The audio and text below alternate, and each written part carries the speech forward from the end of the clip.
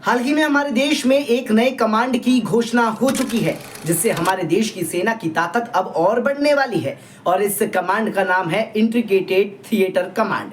आज हम आपको इसी संदर्भ में इसी कमांड के बारे में संपूर्ण जानकारी देने वाले हैं, लेकिन इससे पहले आप हमारी इस वीडियो को लाइक कर लीजिए, शेयर कर दीजिए, सब्सक्राइब कर दीजिए हमारे चैनल मोजो पत्रकार को, जिससे आपको और भी नोटिफिकेशन टाइम टू टाइम मिलती रहे। नमस्कार, स्वागत है आपका मोजो पत्रकार में।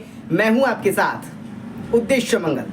आपको बता दें कि सरकार ने आखिरकार अंतर सेवा संगठन यानी कमान नियंत्रण और अनुशासन अधिनियम को मंजूरी दे दी है। ये एक महत्वपूर्ण कदम है जो देश की आजादी के बाद सेना के ढांचे में सबसे बड़े बदलाव का रास्ता बनेगा।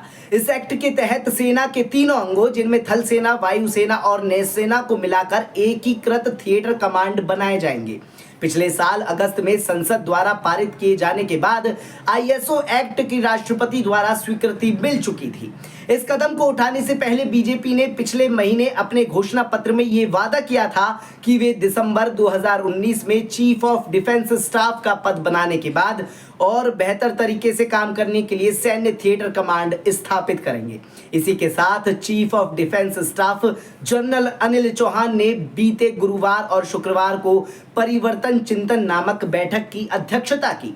इस बैठक में 12 उप समितियों ने आने वाले समय में बनने वाले थिएटर कमांड को ध्यान में रखते हुए सेना के अलग अलग अंगों के बीच बेहतर तालमेल और एकीकरण के विभिन्न पहलुओं पर चर्चा की। हालिया गतिविधि से ये संकेत मिलता है कि एकीकृत थिएटर कमांड बनाने की प्रक्रिया अब तेजी से आगे बढ़ रही है।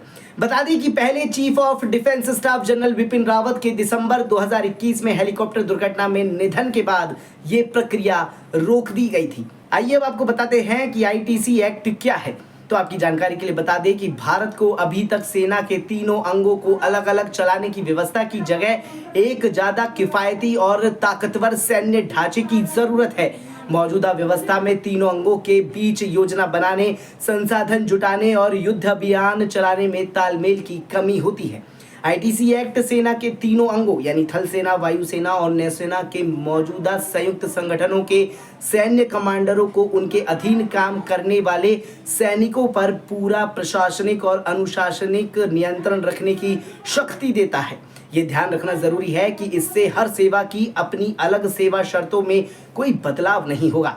अब तक सैनिकों पर वायुसेना अधिनियम 1950, सेना अधिनियम 1950 और नौसेना अधिनियम 1957 जैसे उनके अपने सेवा से जुड़े अधिनियम लागू थे।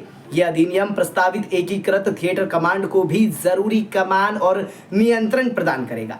मौजूदा योजना के अनुसार 2 युद्ध विरोधी आईटीसी होंगे, एक लखनऊ में चीन से लगी उत्तरी सीमाओं के लिए तो दूसरा जयपुर में पाकिस्तान से लगी पश्चिमी सीमाओं के लिए। वहीं कर्नाटक के तटीय क्षेत्र में कारवार में स्थापित होने वाली समुद्री थिएटर कमांड हिंद महासागर क्षेत्र के साथ साथ व्यापक हिंद प्रशांत क्षेत्र के लिए भी काम करेगा।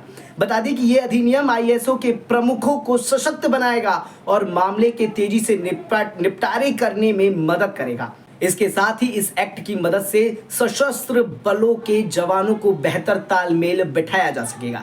ये सुरक्षा बल एक साथ एक दिशा में संयुक्त रूप से काम कर पाएंगे। भारत के पास फिलहाल केवल 2 एकीकृत कमांड है, 2001 में स्थापित भौगोलिक अंडमान और निकोबार कमांड और पाकिस्तान के साथ कारगिल संघर्ष के बाद 2003 में स्थापित कार्य क्षेत्रीय सामरिक बल कमांड, जो देश के परमाणु हथियारों को संभालता है। खैर, आपको ये जानकारी कैसी लगी, अपना जवाब हमारे कमेंट बॉक्स में जरूर दीजिएगा। बने रहिए मोजो पत्रकार के साथ। नमस्कार।